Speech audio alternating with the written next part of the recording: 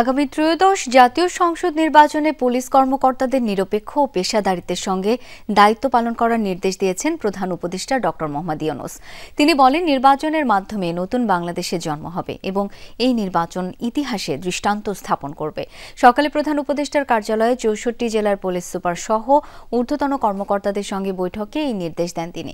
Professor Yunus বলেন, নির্বাচনে challenge গ্রহণের জন্য মানসিক প্রস্তুতি নিতে হবে। কাপুরুষের মতো বসে থাকা নয়, শহীদদের স্বপ্ন পূরণে কাজ করতে হবে। আসন্ন নির্বাচনে পুলিশকে সতর্ক, নিরপেক্ষ ও পেশাদারিত্বের সঙ্গে দায়িত্ব পালনের আহ্বানও জানান প্রধান উপদেষ্টা। নির্বাচন ও গণভোটকে ঐতিহাসিক সুযোগ উল্লেখ করে তিনি বলেন, নির্বাচন হচ্ছে সমাজের বিল্ডিং কোড তৈরির সুযোগ। যে গণভোট আসছে তা শুধু ৫ বছরের মেয়াদী নির্বাচন নয়, এটি আরও গুরুত্বপূর্ণ। প্রধান উপদেষ্টা বলেন, অন্তর্বর্তী সরকার নির্বাচনের এমন এক বিল্ডিং কোড তৈরি করে দেবে যা শত বর্ষ ধরে দেশকে এগিয়ে নিয়ে যাবে।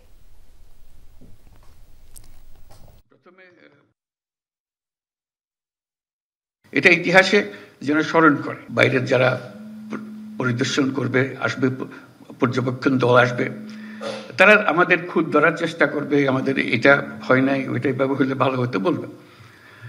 এবারের নির্বাচন হলে এমন নির্বাচন তারা স্মরণ করবে, বাংলাদেশের নির্বাচনটা আমরা দেখেছিলাম, এটা এরকম, তারা নানা দেশে এটা বলবে, এরকম একটা নির্বাচন তারা এটা দৃষ্টান্ত হিসেবে নিয়ে যাবে তাদের মাথায়, বারে বারে বলবে এই নির্বাচনের মতো নির্বাচন আমরা কখনো দেখি নাই।